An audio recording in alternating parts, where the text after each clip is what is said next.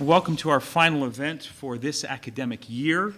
The Center for Middle East Studies is pleased to be hosting today's event in partnership with DU's Department of Media, Film, and Journalism Studies and the International and Intercultural Communication Program, which is a joint interdisciplinary MA program between our school and the Department of Media, Film, and Journalism Studies. Today's event is titled The Egyptian Media, the Campaign to Eliminate the Muslim Brotherhood, and the Dark Return of Authoritarianism, a lecture by Mohamad Elmasry. Our Center for Middle East Studies has been enormously fortunate to have Mohamad as a visiting scholar this quarter at our center, a position that was made possible by virtue of a grant that we received from the Carnegie Corporation.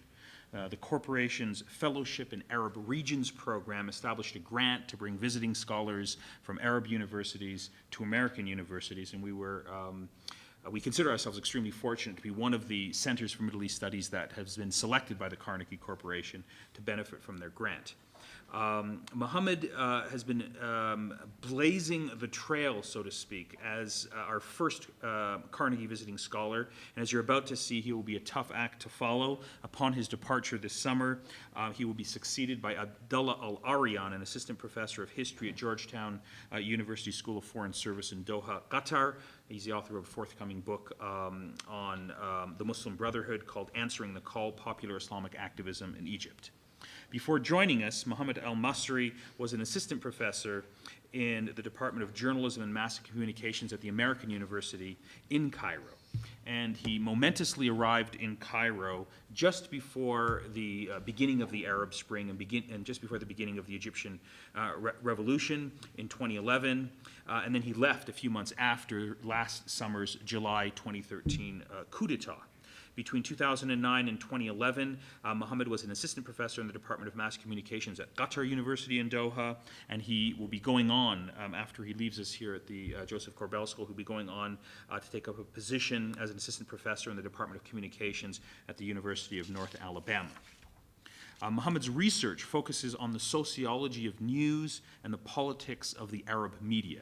He has published articles in the Journal of Middle East Media, the International Communication Gazette, the Journal of Arab and Muslim Media Research, as well as Egypt Independent, Al Jazeera English, Open Democracy, Religion Dispatches, Jadaliyah, and Political Violence at a Glance. Mohamad has brought, since arriving here, enormous energy to our center and to our university. He's been a guest speaker in several courses here at Korbel and Micheline Ishet's class on human rights in the Middle East, and Joseph Silowich's course on democracy in the Middle East, and to classes in the Media, Film, and Journalism Studies program. He's also been extremely prolific in terms of publishing op-ed pieces on contemporary events related to Egypt, and some of the publications that Mohamad has published in I've already mentioned.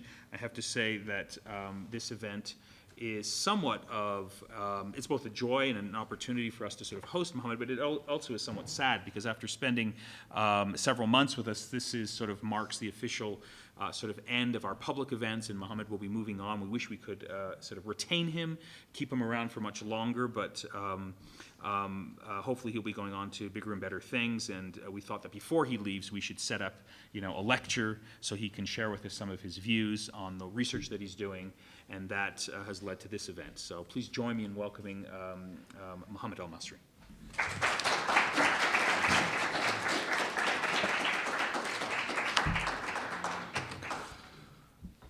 Well, thanks, Nader, for that nice introduction, and thanks for having me today to speak to you all. I'm looking forward. I've been looking forward to this opportunity for some time, and I would be remiss if I didn't thank the Center for Middle East Studies for hosting me for the past few months. It's been a wonderful opportunity for me to get work done, to get research done, and it's been a wonderful experience. I'll get right into this because I have a lot to cover in a relatively limited amount of time. But if you think about Egypt, if you look back just a year ago, really just 10 and a half months ago, Mohamad Morsi was the president of the country. The Muslim Brotherhood's Freedom and Justice Party was governing Egypt, at least to some extent, right? There were 40 political parties kind of vying for position, jockeying for position. in the midst of certainly a lot of polarization and some deep crises in the society. Now you fast forward, May 2014. Mohamad Morsi is in jail. His entire presidential team is in jail. The Muslim Brotherhood is officially banned in Egypt. They've been declared a terrorist organization. Their first, second, third, and fourth tiers have all been locked up, along with 21,000 political prisoners, according to Human Rights Watch. The military has taken power. The man that led last summer's military coup is set to become Egypt's new president in about 2 weeks, Abdel Fattah el-Sisi. Around 3,000 people have been killed in the streets in what Human Rights Watch calls the worst mass unlawful killings in Egypt's modern history. Even more recently, liberal groups have been repressed in Egypt for opposing military rule. The April 6th movement has been banned, and some of their members and leaders have also been imprisoned. So if you think about, of course, in my opinion, this is all very tragic, but it's also just remarkable to think about the amount of change just in 12 months, or actually less than 12 months. And I've been very interested in my research to think about and examine how this all became possible. How is it possible that the Muslim Brotherhood could go from winning 5 consecutive elections, undefeated at the polls, right? And most of the elections, by the way, were not close. The Brotherhood and their coalition basically dominated 4 of the 5 elections. The fourth of the 5 elections was close, but the other 4 were in sports terminology, they were blowouts, right? So how do we go from that to now the Brotherhood, basically, as the title of the talk suggests, basically being eliminated from Egyptian society, and many Egyptians supporting this campaign of elimination against the Brotherhood? How did we get from that to this? That's some of what I've been interested in, and I've argued in my work that the answers lie largely, certainly not exclusively, that would be too simplistic, but largely in media and political discourse. I've argued that the Egyptian media, both state-owned media and privately owned media, along with Egypt's new rulers, the military-backed government, and analysts and scholars sympathetic to the military regime, have constructed a series of hegemonic media and political discourses about the Muslim Brotherhood, which can be seen as helping to justify this campaign of elimination that is currently ongoing. And I just want to emphasize that I think these discourses are very important. If you think about discourse theory, some of you are familiar with the work of, and probably have a lot more knowledge of the work of Antonio Gramsci than I do. But if you think about discourse, it's very important because these discourses can become so powerful that they become part of the taken for granted terrain. They become part of the common sense. They're not questioned, right? And I think this is what's happened in Egypt. We have some discourses that have been constructed about the Muslim Brotherhood and their political behavior over the past 3 years. And I think these discourses are deeply problematic. Some of them are entirely overly simplistic, and some of them are mythical. I've used the term myth to describe some of the discourses that have been produced about the Muslim Brotherhood. And so what I want to do today, in the brief time that I have, is look at some of these discourses and try to deconstruct some of them. I won't be able to go through many of the discourses because we don't have that much time, but I will try to go through 3 or 4 important discourses. But first, let me take a very quick step back and tell you a little bit about the Egyptian press system, because I think this is important, to understand a little bit about the Egyptian media system. I actually did my PhD 5 years ago on the Egyptian press system when I was at the University of Iowa. And just in the 5 years since I produced my PhD, there have been numerous studies on the Egyptian press system, examining various aspects of Egyptian news media. I'll just tell you a couple of things that I think are particularly pertinent to today's discussion. First of all, Egypt's education system in general, and the journalism education system in particular, is in shambles. Just to give you an example, and I don't have time to unpack all of this, but when I was doing my field work in 2008, journalists at major Egyptian newspapers who graduated from Cairo University, Ain Shams University, and Hilwan University, some of the major universities in Egypt, told me that they were not taught how to write a news story or how to conduct interviews. So they didn't know about the inverted pyramid. They didn't know how to construct a news story. These are graduates of journalism programs. So the education system is in very poor condition. Critical thinking is pretty much absent. If you talk to the education scholars, this is one of the areas of literature that I had to delve into 5 years ago when I was doing my dissertation. But rote memorization is emphasized. Critical thinking is not. So this is a very key point. There's also a gross lack of professionalism in the Egyptian media. As Americans, we'll think about the American media, or as Canadians, we'll think about the Canadian media. The dominant ideology in Western societies, the dominant journalistic ideology, centers around objectivity, balance, fairness, detachment, neutrality. And there are plenty of problems with the American press system, for instance, but these problems are the result of structural constraints that exert themselves upon news production processes. They are not the result of journalists intentionally biasing news reports, by and large. Okay? That usually doesn't happen here. Journalists in this society tend to be very devoted to notions of objectivity, and many journalists will actually overcompensate for their own personal biases. That's what the research evidence suggests. Some people will raise their hands and say, well, Fox News. I often get that.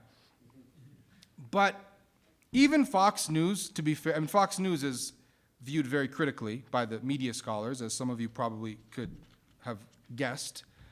But even Fox News is considerably more professional than anything that we see in Egypt. I mean that quite seriously, considerably more professional. People that actually examine the Egyptian news media will understand that. For many of you, it might be difficult to comprehend. But notions of objectivity are largely absent in Egyptian media circles.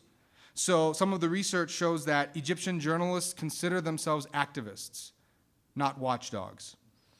In a research project that I was working on last summer, my research team and I were doing some field work, and we did some interviews at privately owned newspapers. And journalists there told us that they were intentionally biasing news reports against Mohamad Morsi and against the Muslim Brotherhood. And they even gave us examples and showed us how they did it, and told us what their editors were teaching them to do.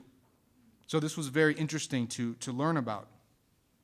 So again, back to my original question, how did we get here? How did we get from the Brotherhood in government winning election after election to the Brotherhood now facing a campaign of elimination? And again, I would submit that the answer lies significantly, certainly not exclusively, in these kinds of discourses that I will discuss. One of the discourses that I think has been very important to justifying this campaign of elimination, and also to some extent to justifying last summer's coup.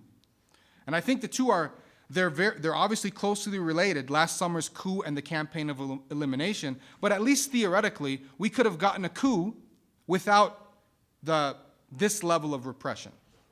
I think people predicted some repression, but I don't know that scholars predicted this kind of repression. It's really unprecedented. It goes beyond anything that we saw in the Mubarak era, and it goes even beyond anything that we saw in the Nasser, the Gamal Abdel Nasser period. Unprecedented repression in Egypt. One of the discourses, and this is an example of a discourse that began before June 30th of last year, but which has been continued and added onto and re-emphasized after June 30th over the past 10 months or so. And this discourse is the Brotherhood's disloyalty to Egypt. Their disloyalty to Egypt. And I think this is very important.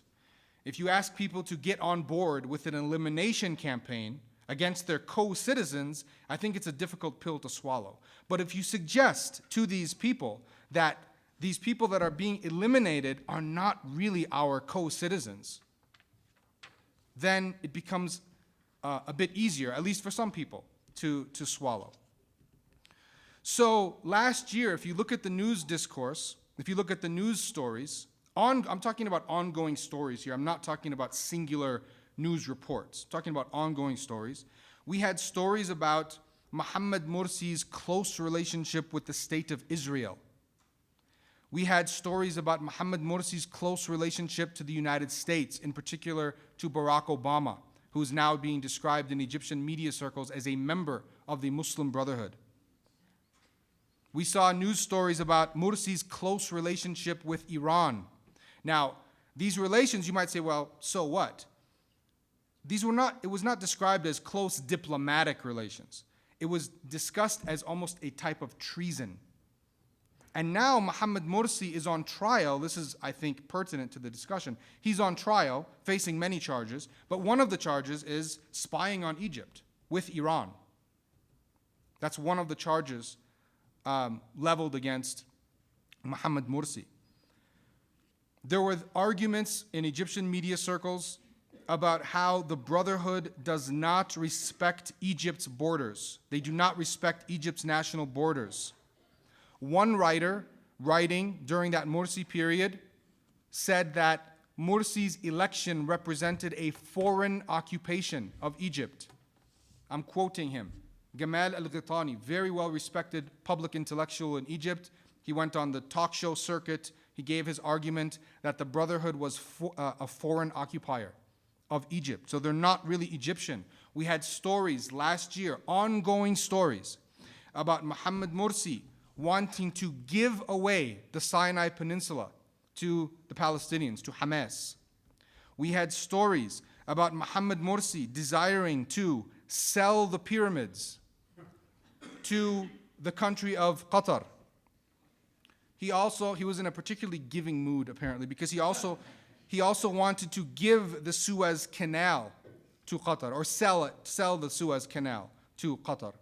So these are some of the ongoing stories. If you were flipping through the news talk shows, and Egypt is a talk show culture, by the way. It's not like here. Here at 7 o'clock, people turn on The Big Bang Theory and How I Met Your Mother. And there are a couple of talk shows. Fox News, MSNBC. In Egypt, you have around 15 or 16 networks that run political talk shows from 7 p.m. until 1 o'clock in the morning. And we have 40% illiteracy. So people are just sitting around their television watching news talk shows. Okay? And these people are very famous, the personalities on the show hosts, very famous. They make unbelievable amounts of money, right? So this is a part of the equation. But this is what people were talking about on these talk shows. Very interestingly, when the protests hit last June 30th, you saw the pictures, the video images of large numbers of protesters going to the streets to protest against Mohamad Morsi. This is something that I studied empirically. I actually watched 15 hours of news broadcasts of the post-June 30th environment, prominent news broadcasts. And the people that were protesting they weren't called protesters. They were called Ashab, the nation, which I thought was very interesting. The people that were protesting were called the nation. The implication was quite clear, that the people on the other side that were not protesting, that were still on board with Morsi completing his 4-year term, whether they were Brotherhood members or not, those people were not from amongst the nation. Dina Abdul Rahman, a famous news broadcaster on CBC network in Egypt, she encapsulated this view quite nicely. She said, quote, "There are not two groups in Egypt. There is the Egyptian nation on one side, and there is a group of Muslim brothers on the other side." Broadcaster Lamis al-Hadidi proclaimed, also in a post-June 30th newscast, quote, "Egypt is coming back to us." She said, "Neither the French," this is a quote, "neither the French, nor the English, nor the Israelis, nor the Muslim Brotherhood can rape the people of Egypt," end quote. So she's equating, again, this is very powerful because she's equating the Muslim Brotherhood with foreign occupiers. The French occupied Egypt. The British occupied Egypt. Israel occupied Egypt but went to war with Egypt several times.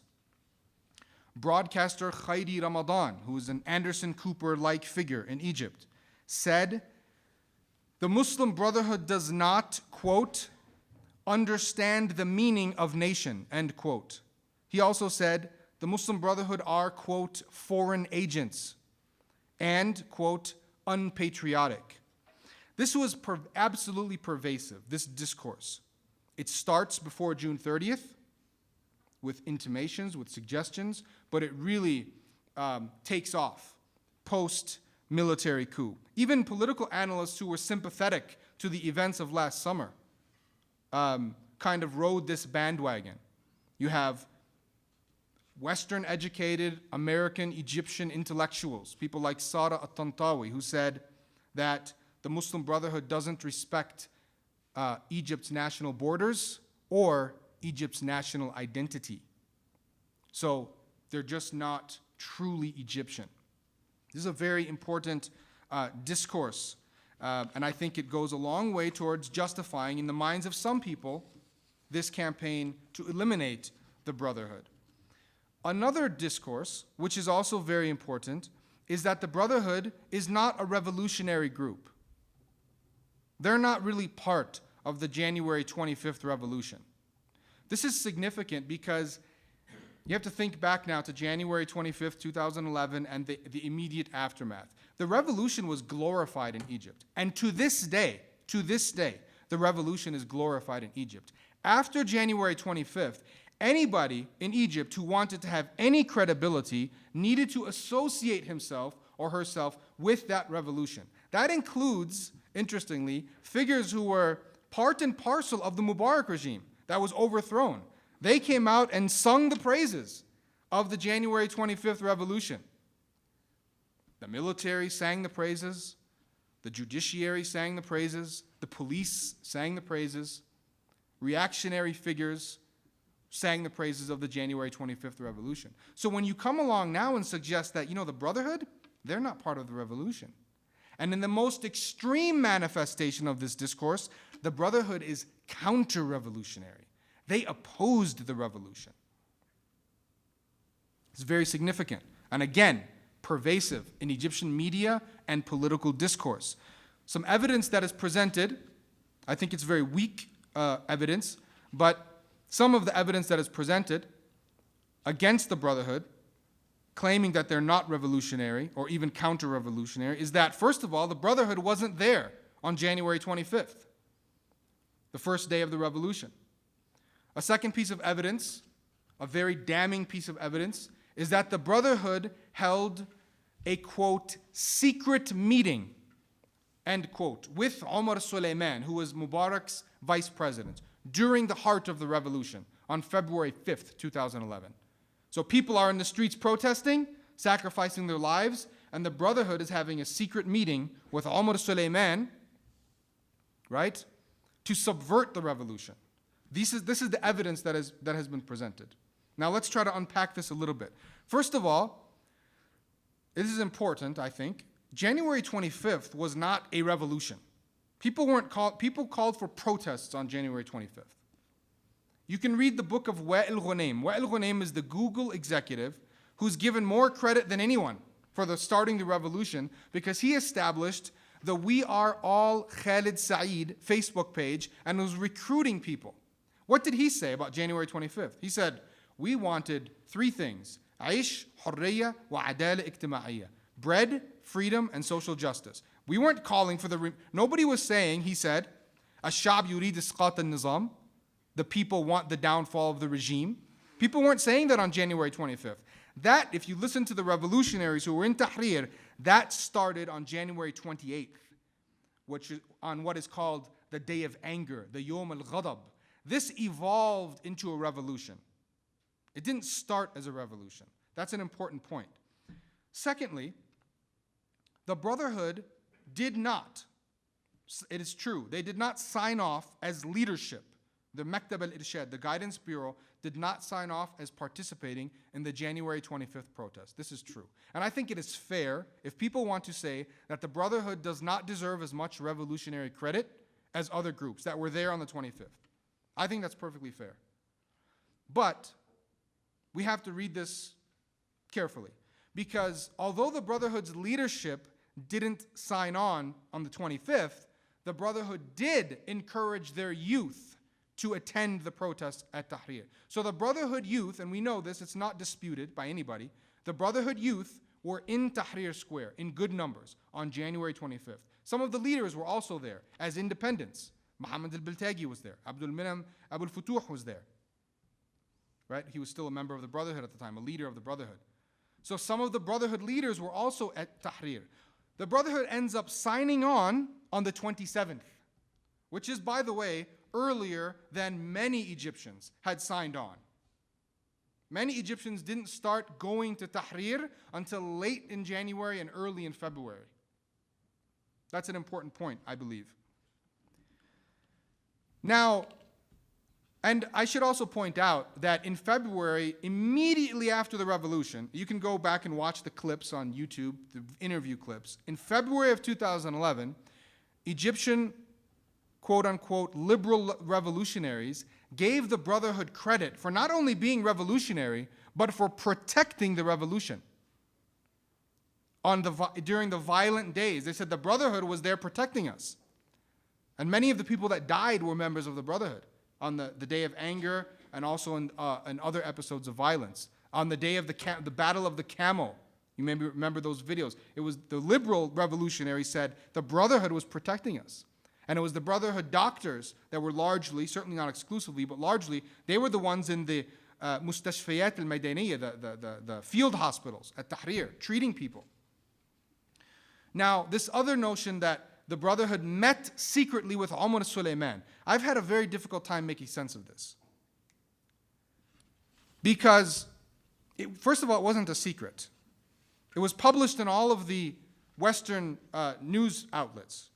I've had to show this to people. People think I'm a liar. And I have to bring out the New York Times article written by David Kirkpatrick that discusses the meeting. It wasn't secret at all, number one. Number two, it wasn't a Brotherhood Omar Suleiman meeting. This is the more important point. You can read the news articles. There were 50 revolutionary figures meeting that day with Omar Suleiman. And only 2 of the 50 were members of the Muslim Brotherhood. This is all published. The revolution was represented, including from what they call the Youth Revolutionary Wing. They were at the meeting, and so was the Brotherhood. And this is one of the reasons why, in March and April of 2011, there was a fallout between the liberal revolutionaries and the Brotherhood, on the other hand. Because the Brotherhood were very upset that we started to get news reports in early March of 2011 that the Brotherhood held a secret meeting with Omar Suleiman. And the Brotherhood was upset that the liberals didn't stand up and say, hey, wait a minute, that's not how it went down. And this is one of the first points of tension between the liberal revolutionaries and the Brotherhood revolutionaries back in March of 2011. So, again, I think this is serious. It was a pervasive discourse. It continues to be a pervasive discourse. It's quite surreal to watch Egyptian news today. Members of the Mubarak regime proclaiming their love and attachment for the January 25th revolution and distancing the Muslim Brotherhood from the revolution, while in fact the Brotherhood were certainly, and it's beyond any debate, part of the revolution. I'm not arguing, and I would not argue, that they deserve more credit. In fact, as I said, I think they may deserve less credit if we're going to give out revolutionary points. Okay? Along the same lines, the Brotherhood was described as being in bed with the security forces. This was also pervasive. They didn't want to reform the police. The Brotherhood came to power and said, wait a minute, we have this repressive police apparatus from the Mubarak regime. It's left over. We're in power now. We can use the repressive police apparatus. This was pervasive in academic circles as well. Just as a purely academic point, Morsi was only in office for a year. And according to his senior advisors, those senior advisors who are not in jail, including Wa'il Haddara, who's in Canada, he says that there was a comprehensive security reform package on the table and that it was going to be released in year 2 of the Morsi presidency, just as an aside. In any case, the Brotherhood was being described as being in bed with the security forces. Well, let's just look at some of the facts.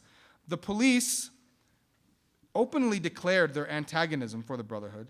They refused to protect the Brotherhood's offices. Remember, during that Morsi period, 30 Muslim Brotherhood offices were burned down across Egypt. The only party that was targeted, the only party in Egypt that was targeted was the Freedom and Justice Party and Muslim Brotherhood. They had 30 offices burned down. The police, in the midst of this, proclaimed that they were not going to protect the Muslim Brotherhood offices. They also refused to protect the presidential palace. This doesn't sound to me like a group that was in bed with the Muslim Brotherhood. It's funny because one day I was doing an interview for an article with a member of the Brotherhood who was also a member. He actually resigned from the Brotherhood so he could take a position in the presidency. He worked in the office of the presidency. And I was trying to set up this interview and talk to him on the phone, on his cell phone in Egypt. And he didn't want to talk. And he kept on saying, well, when we meet.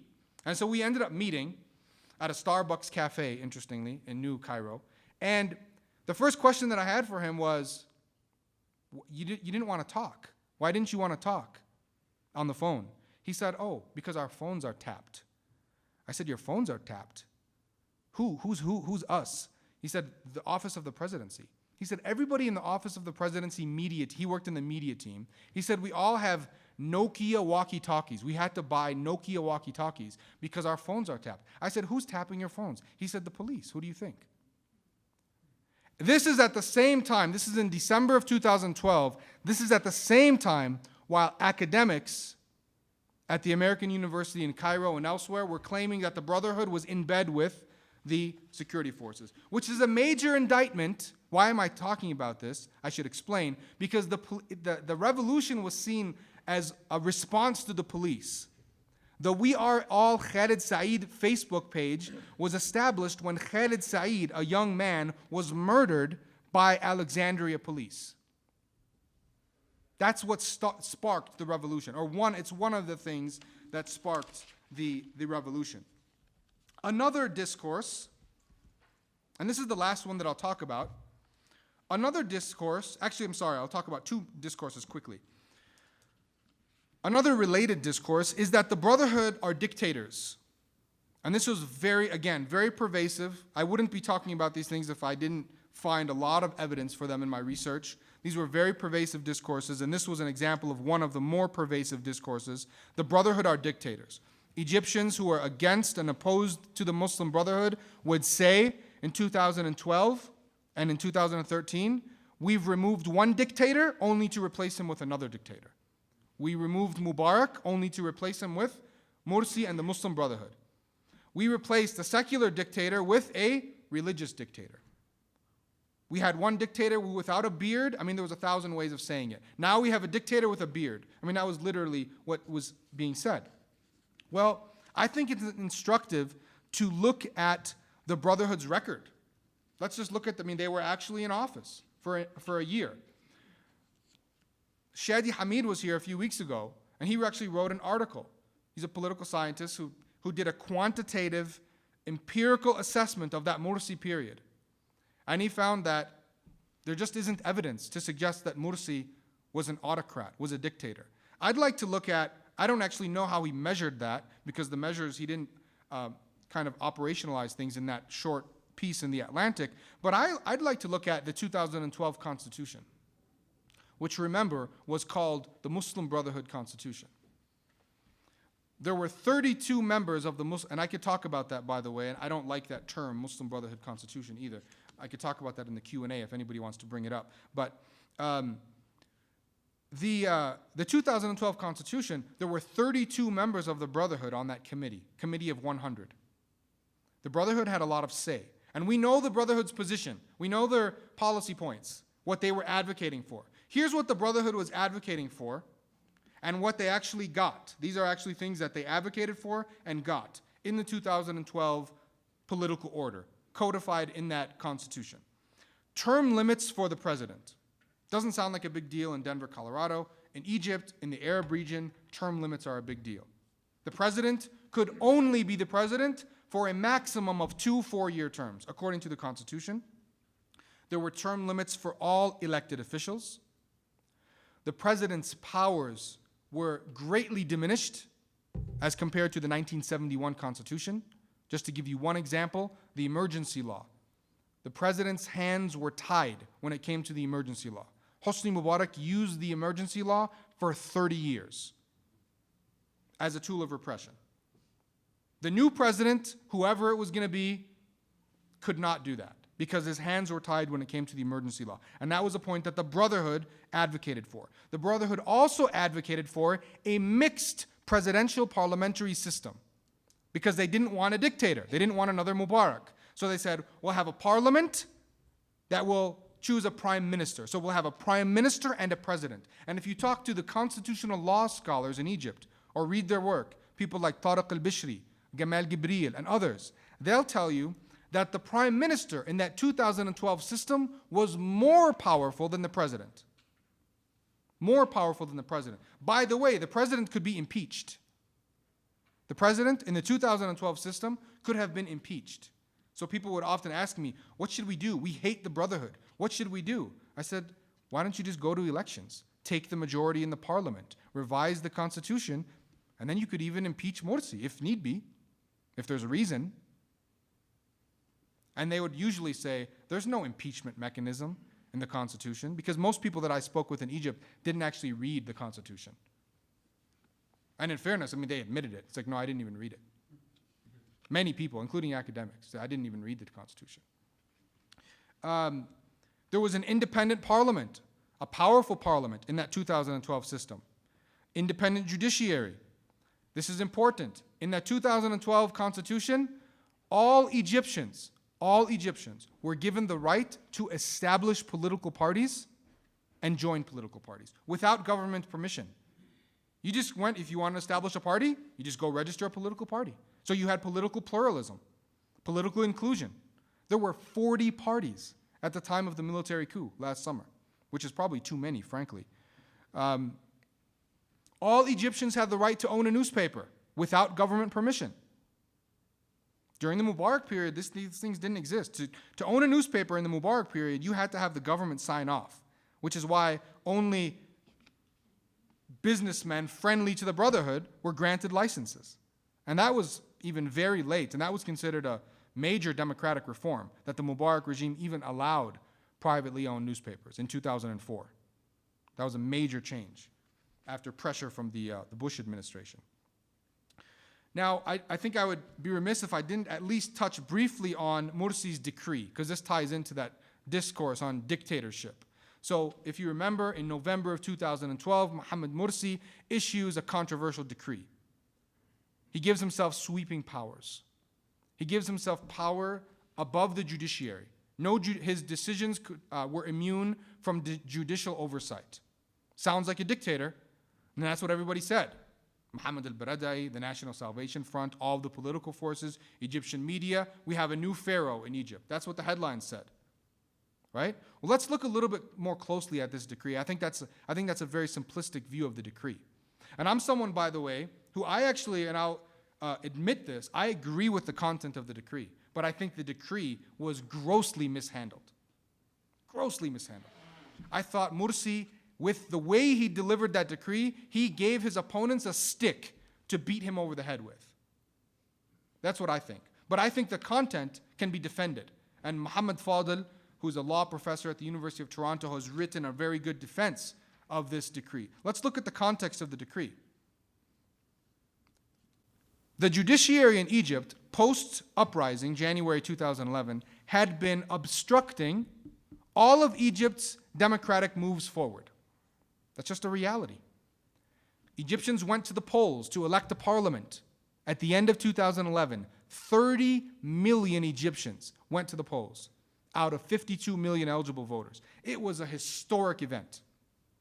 You followed the news coverage. 4 months later, the judiciary disbanded the parliament.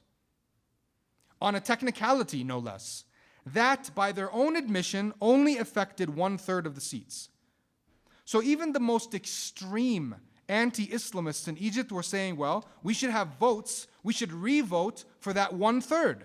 But the judiciary didn't do that. The Supreme Court, the High Constitutional Court, decreed that the entire parliament be disbanded. Not only that, fast forward, the judiciary disbanded the first constitutional assembly that had been agreed upon by the independent political parties in Egypt. Fast forward, Morsi takes over as president. He tries to bring the parliament back. The judiciary blocked it. Then he calls for parliamentary elections. The judiciary blocked it. Then in October of 2012, the judiciary threatens to do 3 things. First, disband the upper house of parliament, which is a small house, it wasn't a big deal, but symbolically it would have been important. They said, we're going to disband that. They also said they were going to disband the second constitutional assembly, which was almost done with its work, by the way. They had finished 90% of the constitution at that point. And thirdly, and most importantly, they said they were going to reverse Morsi's August 2012 decree. What was the August 2012 decree? That was the decree that everybody celebrated when Morsi removed the military from political life and canceled the June 2012 decree by the military, which gave the military oversight over everything in Egyptian society, including the president, who would have just been a puppet, and the constitution. The military would have had to have approved every single article in the constitution. That was the June 2012 decree. Morsi's August decree canceled that. So the judiciary comes in October and says, we're going to cancel Morsi's August decree and go back to the June decree of the military. In that context, Morsi issues this decree, which puts his powers above the judiciary temporarily. This is the part that nobody read. The decree said, if you read the text of the decree, nobody read this part. It's kind of important. The decree is temporary. It only lasts until there are parliamentary elections. That's it. And then it would be over. The decree lasted 2 weeks. It lasted all of 2 weeks. So I think it's overblown. I think you can certainly justify Morsi's decree. I believe that you can. I supported the content of the decree at the time. People asked me my opinion. At the time, I actually said he should have done this a month ago. But I also said he mishandled the decree. Having said that, I think it's perfectly fair for people to say, I disagree with that decree. I think it was a problem. I think it was a big mistake by Morsi. I think that's fair. I don't think it's fair to suggest that he was going to become a dictator. Last discourse that I want to talk about briefly is this notion that the Brotherhood was brotherhoodizing the state. This is perhaps the most pervasive discourse. Ikhwanat al-Dawla in Arabic. They were brotherhoodizing the country. They were just infiltrating all of the state's institutions. A year and a half ago, do you know what was being said about Abdel Fattah el-Sisi, the guy who organized the coup and who's now running for president? He was a Muslim Brotherhood guy. He was the example that the Brotherhood were brotherhoodizing the military. They were also brotherhoodizing the police. Mohamad Ibrahim, the interior minister, was being described as a Brotherhood guy. They were brotherhoodizing the media, even the judiciary, which doesn't even make sense. Because you can't, how could you brotherhood? It doesn't even make sense. You have to appoint judges. It's not like the Brotherhood had 5,000 judges, a stable of judges, and just appointing judges. They didn't have that. And they couldn't have done it. It's an impossibility. But you had that discourse. More substantively, people were saying the Brotherhood was brotherhoodizing the government, which was very perplexing to me. Because, first of all, the Brotherhood won the elections. So, automatically, at least in my understanding of democracy, maybe I'm biased, I was born and raised in the US, but the ruling party, the group that won the election, has the right to exert some sway for 4 years so that they can implement their agenda. But people said, no, that's not how it should work. There has to be power sharing. It has to be more egalitarian. And so I got into a conversation with an academic. He said to me, so are you going to go and protest on June 30th? This is right before June 30th. And I said, no. I think Morsi, whether we like him or not, should be allowed to complete his 4-year term. I said, are you going to protest? He said, oh, yeah. I said, why? He said, because they are brotherhoodizing the state. And so we went through the litany, and we got to the government. And he said, yeah, they're brotherhoodizing the government. All the government is brotherhood. And I said, well, I pointed him to an article that I had just written in Jadaliyya, where I actually added up all of the ministers and governors in Egypt. There were 62. Only 21 of them were from the Brotherhood. That's 34%. I don't think that's an absurd figure for the group that took 43% of the seats in the parliament. 34% Brotherhood. I told him that. And he said, okay, that's not the problem. I said, what's the problem? He said, they're brotherhoodizing the key ministries. I said, what are the key ministries? He said, there are 4 of them. And he listed 4 ministries. And I sat there for a second and I said, well, actually, wait a minute, doctor. 3 of those 4 are not Brotherhood guys. And he said, yes, that is the problem. That one ministry that is dominated by the Brotherhood.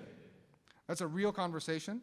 I think I'll leave it at that. But these discourses I've argued have, again, just to repeat what I said at the beginning, I think they've helped justify in the minds of many Egyptians why this campaign is needed.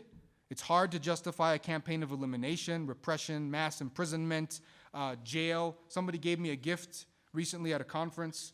This is the Rabah symbol. It's a hand. It's just a hand showing a 4 sign. This is the site this symbolizes the site of the largest massacre from last summer. So people do this kind of in solidarity with the victims. It's because the square that the Brotherhood had occupied for their sit-in, I should not use the word occupied, that's a dangerous word, but where they were sitting in, it was called the Rabah el-Adawiyya Square, which means 4th in Arabic. It's a long story how it got its name, it's not important. But that's what people do. They do this. This would get you a prison sentence on terrorism charges in Egypt right now, if you have this keychain. A 13-year-old boy was just arrested because he had this symbol on his ruler at school. If you do this, if you protest, you get a 5-year prison sentence.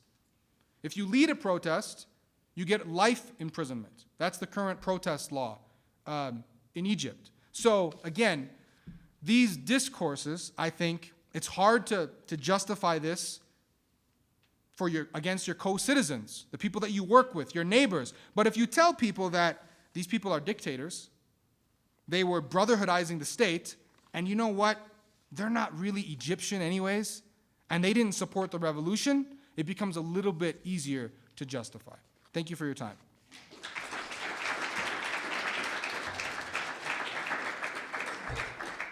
Okay, Mohamad, thank you very much. I'm going to pose the first question to you, and then we'll turn it over to the audience. And I want to ask you a question about the implications of your own work for the future of societies that are going through democratic transitions. And so I agree with you, following Egypt myself, that the media in Egypt, particularly those elements of the media that were opposed to the Muslim Brotherhood, performed in a completely irresponsible way. It was hysterical, it was irresponsible, it created an atmosphere that led to the subversion of democracy. All of that is true. But the question is, how do you balance the right to a free media, in the context of a post-authoritarian emerging democratic moment when people want the right to have free expression, with the other end of the sort of the dilemma of, you know, irresponsible journalists that are demonizing political parties and creating sort of this sort of fascist moment that we saw crystallize in Egypt last July. So how do you strike sort of that balance? In other words, if you could roll the clock back, what are the lessons that perhaps could be learned and should be learned, specifically with respect to regulating the media? What rules could be put in place, and how do you establish those rules without violating, you know, fundamental basic rights to free expression? It's a really good question. I actually just finished 2 weeks ago writing a book chapter on this very topic. Can you guys hear me okay out of this? Or should I stand up there? Stand up there. Okay. I just wrote a book chapter about how I think the Egyptian press needs to be restructured to facilitate a democratic turn. And here's what I've suggested. First of all, and I think it's going to take time, but first of all, I think the education system needs to be completely revamped. The curriculum need to be updated, the journalistic ideology, a more proper journalistic ideology needs to be emphasized. And now that's a long-term solution. That's not going to help in the short term. I mean, what if there's another revolution tomorrow and Sisi's overthrown and now we have a democratic turn? What do? I've suggested that an independent body of journalism scholars and professional journalists be formed in Egypt, and this could be applied to any post-autocratic society. And this independent body would be responsible for several things, including training journalists, providing advice to news outlets, and so on and so forth. But more importantly, they would be responsible for establishing a code of ethics, monitoring media performance, and even dishing out punishments as necessary. Now, some people would say that contradicts notions of free speech. I don't really think it does. Even in the United States, the lines are drawn. In Canada, the lines are drawn. In Western Europe, the lines are drawn. You are free, but you're not free to say anything and everything. So in Canada, for instance, there's a law that prohibits the establishment of a news organization, a TV news outlet that broadcasts misleading news. That's a law on the books in Canada. So this organization would be responsible for holding news organizations and journalists to account to a standard of professionalism. And I also think, and this is a major point, I also suggested in this chapter, that something has to be done about the problem of concentration of ownership. Because the people who own the media in Egypt are these wealthy business people who are part and parcel of the Mubarak regime, frankly. So what do we do about these people? I don't think we should tell them, and I don't think we can tell them, well, you can't own media. But what I've suggested is that news owners be made to be independent, absolutely independent from editorial boards. I think this is an important point. This happened with the Wall Street Journal years ago when Rupert Murdoch moved to purchase the Wall Street Journal. The journalists stood up and said no. And then finally they reached a compromise. They said, you can own it, but you can't have any editorial input. So if we do that, and now if the editorial board is formed organically from within the news organization, you have more protection against a negative influence from a media owner who wants to push the slant in a certain direction. So it's a very prickly question. I don't have any easy, short fixes, but I think these are a couple of the things that we could do. Great, thanks. Floor is open. Yeah, go ahead, Charles. Did the media have this much effect during the revolution, as it existed during the revolution? Well, the media during the 18 days of the revolution in 2011, that's kind of a topic in and of itself. I mean, there have been research studies, several studies that have come out looking at what the Egyptian media did. Basically, to oversimplify for a moment, what the Egyptian media did in 2011 was basically act as apologists for the Mubarak regime. So to answer your question, no, they certainly weren't drumming up hatred for the Mubarak regime. And that's true of especially the state-run media, who were completely downplaying the revolution. And they were showing photos and videos of the pro-Mubarak demonstrations. Okay, that's what they were doing. They were calling the people in Tahrir Square thugs, right? People are destabilizing the country. They were labeling them Muslim Brotherhood members, interestingly. Al-Ahram on January 26th, the headline was Muslim Brotherhood destabilizing Egypt or something like that, with protests in Tahrir Square, even though the Brotherhood hadn't signed on officially yet. But interestingly, the privately owned media during the revolution was also very apologetic to the Mubarak regime. They wanted to give him a second chance, and they were very sympathetic to him when he would give his speeches during the revolution, his televised addresses.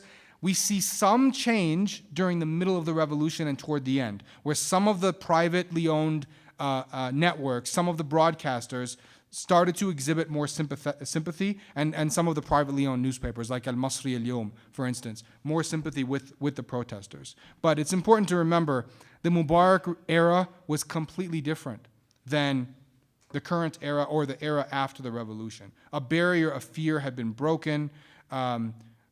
This is actually what a lot of people said is, look, we're free. That was their understanding of democracy. When I had conversations with people, with journalists, with high-level executives at news organizations, and with academics, we're free. Don't talk to us about restrictions. And when I would throw back at them Western literature on the press that shows that there needs to be some small level of restriction. Like, for instance, the social responsibility theory of the press. You are free, but you have to be responsible. There's a standard of professionalism that you must adhere to. You can't call for the overthrow of the government, for instance, which is what was being done. During the Morsi period, people were getting on television calling for a military coup, calling for the overthrow of Morsi. People were calling for violence. An activist, Ahmed Douma, got on television and said, we need to burn down all the Brotherhood's offices. He said, this is Amal Saudi. This is a revolutionary act. He said it twice on TV. So I was saying, look, we need to have some responsibility. Freedom, yes, but responsibility also. Go ahead.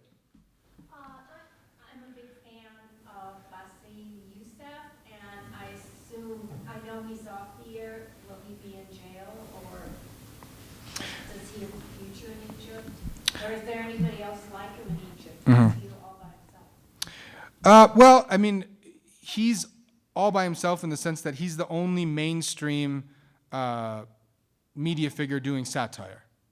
There are other people on YouTube that have large followings, but he's the only mainstream figure that appears on television. I'm not a huge fan of Bassem Youssef because he was actually one of the people drumming up a lot of the support for the military coup and really engaging in a lot of dehumanizing rhetoric for the Brotherhood, calling them khirfan, calling them sheep and animals and things like this. Yeah. Oh, that's fine. No, look, and it's fair to disagree. I mean, I have friends who like Bassem Youssef, but I'm very critical of his work. But right now, post-coup, he's had to be much, much more careful. So to his credit, he has jabbed a little bit at the military establishment. To be fair, he has done that. He's been back on TV. He's currently on a hiatus. His network announced that he was taking a hiatus because of the presidential elections. It didn't really add up to me. It seems like that would be the time when you'd want to be on TV. So there's something fishy there, in my opinion, but I don't have any evidence for that. But if you look at his post-coup shows, he was taking some jabs, but they were very light jabs. He was very careful, and he was usually criticizing the military worship. So he was criticizing the populace for their excesses, not the military as much. Just very light jabs. So it's very different. If you look at Bassem Youssef before July 3rd, 2013, and after July 3rd, 2013, there's a big, big difference. But I think that's, in general, that idea of satire and critiquing the regime, I think that's a healthy thing. But there has to be some limits. I don't think you should go on and call for the overthrow of the government or dehumanize people to that extent. That's just my personal view on that. Yeah, go ahead. It occurs to me that the lack of literacy, a high level of illiteracy in the country is a real grassroots issue. And it is from that level of illiteracy that so much of the emotional reaction to whatever the issue du jour is, where it stems from. And while I agree with you that there needs to be these impositions made on places that influence people so heavily, is there, in your opinion, is there any way to start addressing this issue with the illiterate populace, that you've got to learn more to know more to manage this? Yeah, well, frankly, I think that's a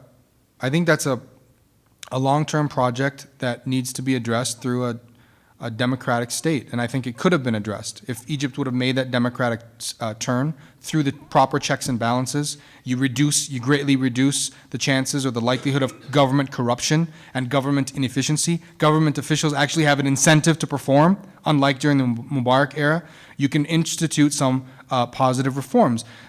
Right now, without democracy, I just don't think there's an incentive for the government to perform, and I think the picture looks pretty bleak. I think if there's a democratic turn, that needs to be very high on the agenda. Not just teaching people how to read, but teaching people critical thinking. Interestingly, there's a guy who, he's a member of the Muslim Brotherhood who has his PhD from the University of Pittsburgh in cultural studies. And after he finished his PhD, he went back to Egypt, and he was a member of parliament, and he's now in exile. Actually in Minneapolis, and I had a conversation with him, and he said it was a nightmare trying to teach my students. He went back to the university to teach in Egypt. He said there's no critical thinking. They just want to memorize. And so this needs to be addressed. It's an urgent issue, and I think any future government needs to take that up. By the way, this critical thinking issue, and you mentioned emotion. This is one of my criticisms of many people that are engaged in politics in Egypt. I can remember last year fielding calls because I was seen as the guy who was, because I was in favor of Morsi completing his term. I said he made a lot of mistakes, but he's also done some things that are pretty good, and in any case, he needs to finish out his term. It's only been a year. So I was seen as the guy who was a defender of the Brotherhood. So anytime Morsi would do something or say something bad in the eyes of some people would call me on the phone, my academic friends. So I can remember fielding calls from people that were irate that Morsi looked at his watch during a press conference in Germany. This is a very emotional response. People were really offended that Morsi made a mistake in a speech. He made a historical error in a speech. I had a friend came to my office at AUC. He was irate. Fadahna. He's humiliated us. And I said, dude, relax. I went onto YouTube and I did a search. I didn't have any prior knowledge, but I'm just common sense. I did a search, Obama speech mistakes. And guess what? We found 10 minutes of Barack Obama errors, speech errors. And Barack Obama is very articulate and very intelligent. I said, just relax, dude. So, yeah, I think Egypt needs to address the problems of illiteracy and the problem of critical thinking. I think it's critical. 1, 2. Quick question. Did you support the Mubarak regime? And if so, or if not, how should that have played out? I was a huge opponent of the Mubarak regime, and I was a big fan of the January 25th uprising, and very hopeful that Egypt would make a democratic turn, which is one of the reasons why I supported even that 2012 constitution. I was looking at it very differently from a lot of people. I was looking for checks and balances, those things that I listed off. I was very pleased with those things. I had problems with other areas in the Constitution. It was a flawed document. It wasn't perfect, but it created a framework. And so I was hopeful that in the long term, Egypt could make that democratic turn, which is important in a society like Egypt. Because remember, the problems with the Mubarak regime are related to inefficiency and corruption. So there was no incentive for the government to be efficient. They were terribly inefficient and wasteful. The performance was terrible on pretty much every measure. And there was massive corruption, rampant corruption in the regime. Because they're just autocrats. They're going to stay in power. They have that comfort, that security blanket. Mubarak's going to be in office until he dies, and then his son is going to take over. So when you have a democratic turn, you can start to alleviate many of those problems. That's what I was hopeful for. I was looking at the long term. I was telling my friends in January and February of 2011, I said, inshallah, within 20 years, Egypt can be a great country. And they were saying, 20 years, what are you talking about? I said, look, democracy is long and it's boring, but it will produce results in the long term. Next question. Yep. We were in Egypt in May of 11. Anyway. And we had a chance to meet with academics to discuss what was going on and do that kind of thing. The question I think that was foremost in our minds was what's going on with the Muslim Brotherhood? Is Egypt going to become a theocracy? I think we expressed the expression of those of us that were just learning about Egypt at that period of time and what was going on there. Since then, watching, and because we've been there and talked to people, we have an interest in that. It seems to me that the Muslim Brotherhood played into the hands of anybody that looked for their downfall. You went over the discourse today. Yes, we watched all of that happen. But surely, I mean, it's like the Colorado State Legislature. The Democrats get in power, and their wish list for the last 20 years gets put on the table. The Republicans get in power and do that. It assures that in the next election they're going down the tubes in this country. Well, it seemed to assure in Egypt that there would be an uprising. Watching it from afar. It was perceived in the West as an uprising of youth in Tiananmen. Yet the perception was the Brotherhood didn't honor the people that were responsible for the revolution. Right. That they were in fact several of the discourses you talked about. And perception is reality.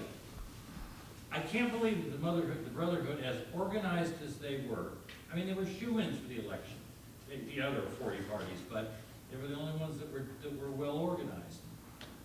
That they didn't better perceive the things that they did, whether justified or not, doesn't matter. Matter what the perception is, was going to lead to their downfall. Thank you.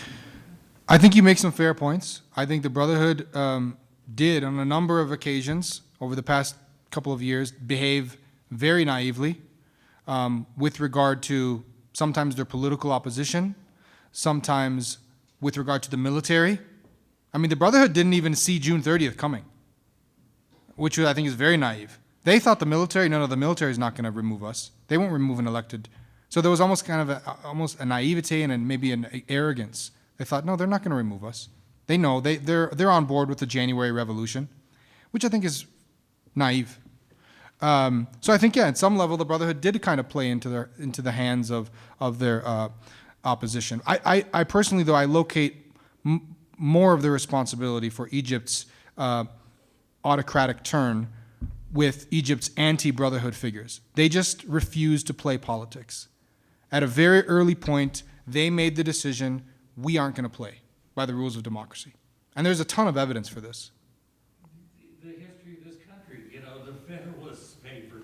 I mean, this is how it goes. I'm just shocked. Yeah. That the belief that the Brotherhood seemed to show that they could do anything they wanted to.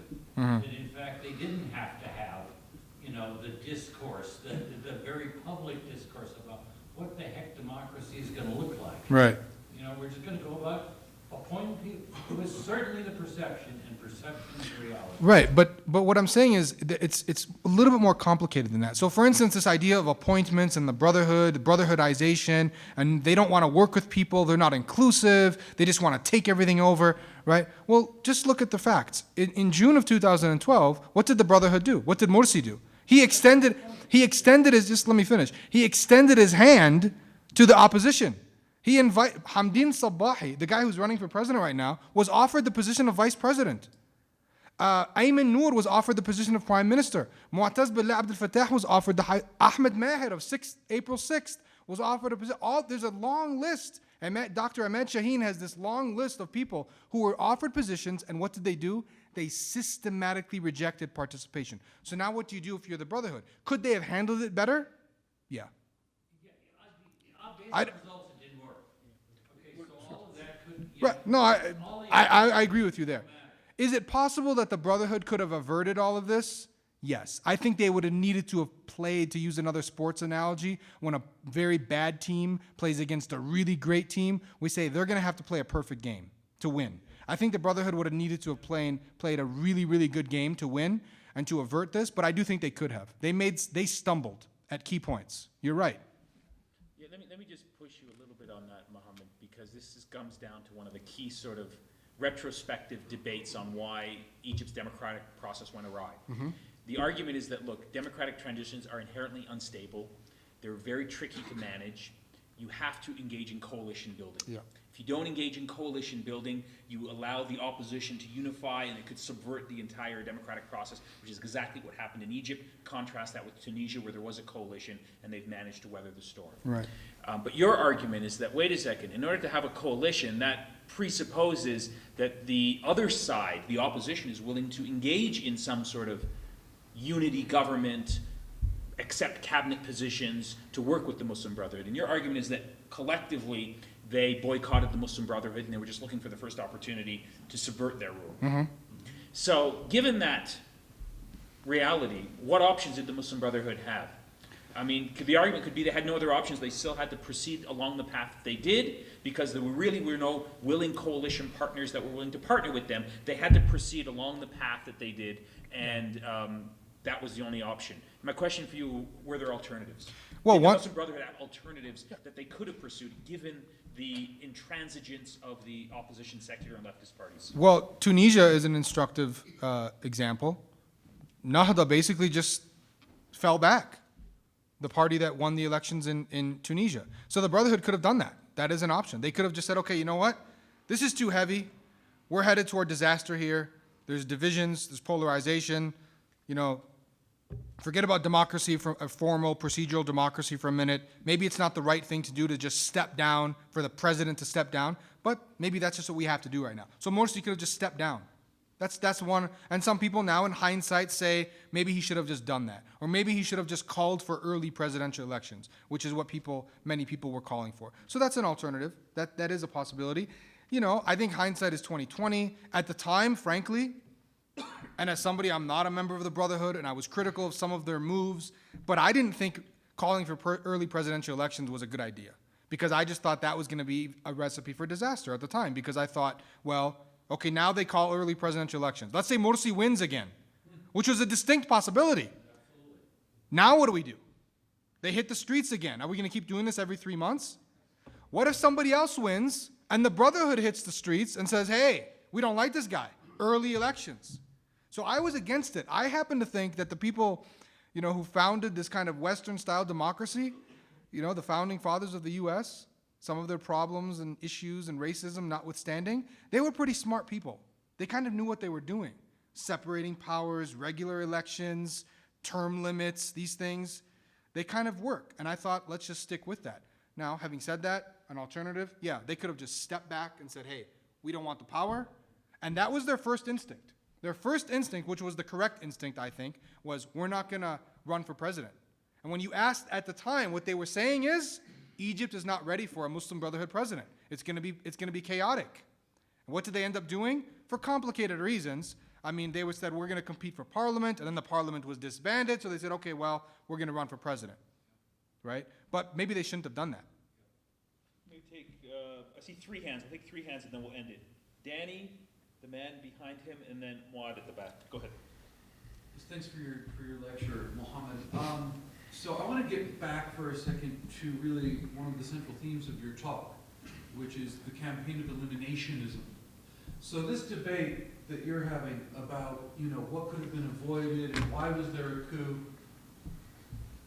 the coup in a sense is almost a given. It happened.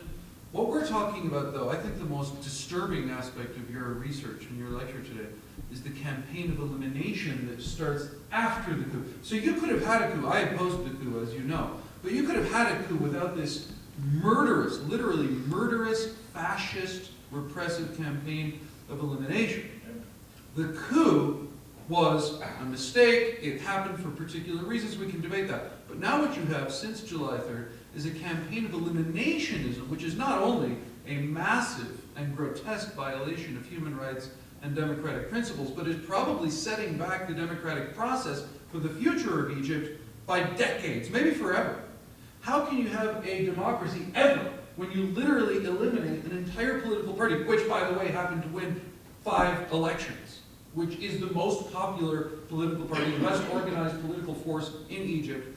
It's not just that you removed it from power.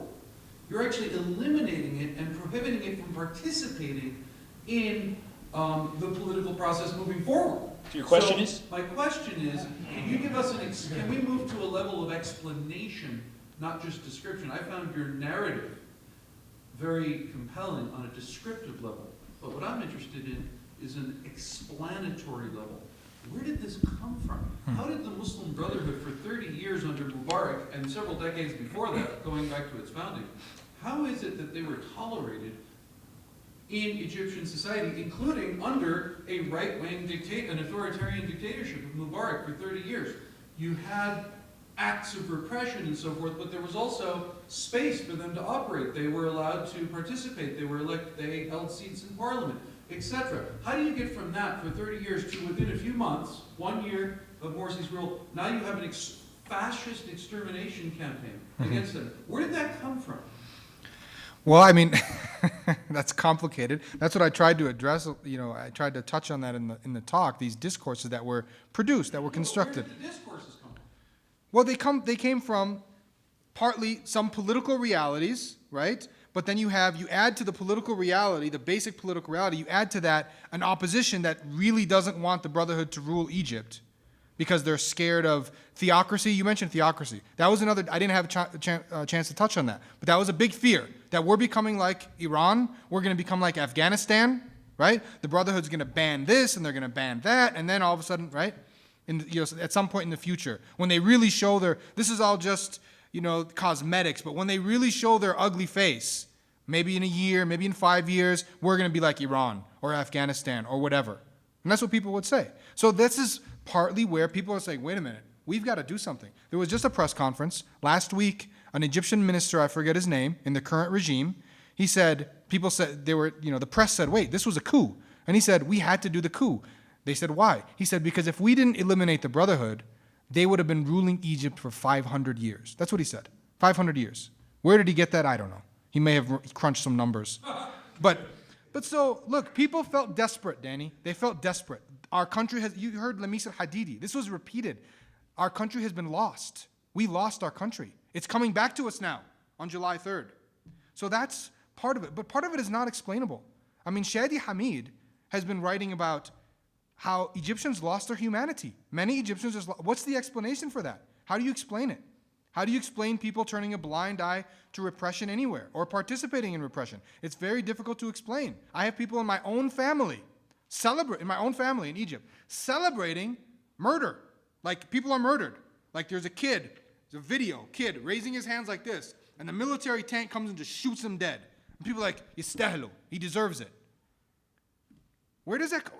There's something deeply disturbing inside the psyche and in the hearts of many Egyptians. That's just a sad, disturbing reality. We have to face it.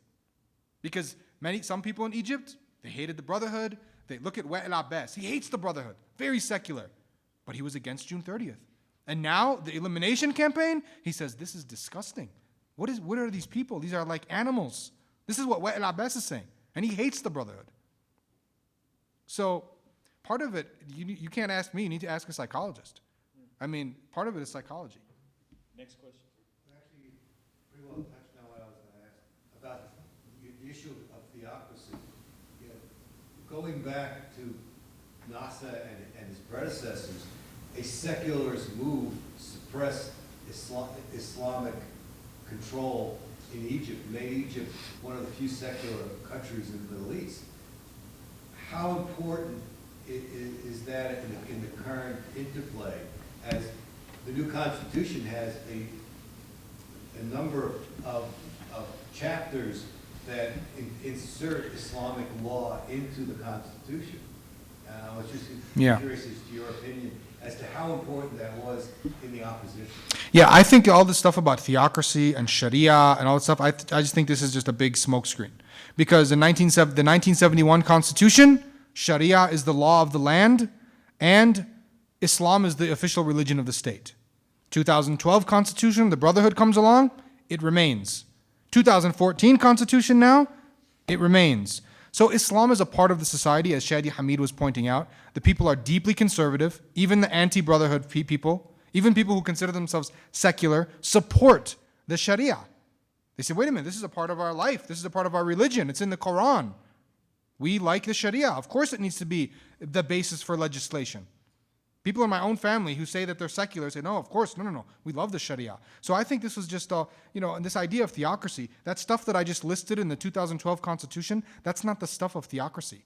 You can't create a theocracy out of that. There was an article in the 2012 Constitution also, I didn't touch on this, but there were 4 Christians in that group of 100, and when they were asked, according to an interview that I did with Muhammad Muhyiddin, who's a liberal, not a Brotherhood figure, who was in the assembly, they were asked what do they want from the Constitution, and their most pressing demand was an article that would basically exempt them from the Sharia, that said, for our own customs, we apply the Bible. And guess what? That was included in that quote-unquote Muslim Brotherhood Constitution. It's Article 3 or Article 4. It says Christians and Jews, people of what are called in the Quranic language, people of the book, Ahl al-Kitab, they follow their own law for these things. That was included in the 2012 Constitution. So this idea of theocracy, there was not going to be a theocracy in Egypt. And you can even, now we can get into debates, can there be theocracy in Sunni Islam? The Brotherhood would say, there's no such thing as theocracy. It completely contradicts Islam, the whole notion of theocracy. That's the Brotherhood's official position. Last question to Muad. Sisi's likely to be a president too. Did you say Sisi or Sissy? Okay, just wanted to, he said it, not me. So, I know you appointed his brother Ahmad to be the head of the military in Egypt, or one of his relatives. So does that mean an 8-year term of Sisi or Sisi? And my question is, what's the prospects of a true democratic Egypt in the next decade or so?